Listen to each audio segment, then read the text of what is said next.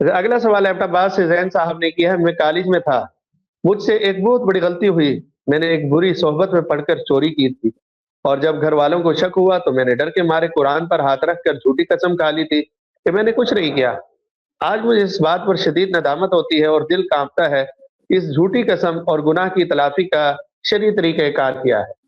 آپ نے دو گناہ کیے، ایک تو چوری کی اور دوسرا جھوٹی قسم کھائی۔ تو چوری کی تلافی تو یہ وہ آپ نے پوچھا نہیں ہے، جبکہ وہ اس سے زیادہ اہم تھا۔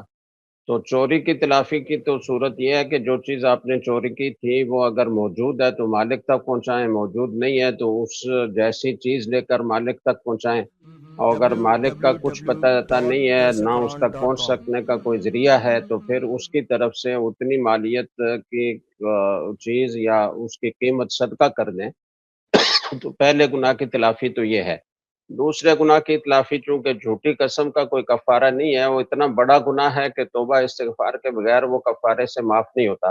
تو سچے دل سے اللہ سے توبہ کریں، استغفار کریں، اللہ معاف فرمائے گا۔ سوشل میڈیا پر سب سے قدیم اور سب سے ریلائبل برانڈ درس قرآن .com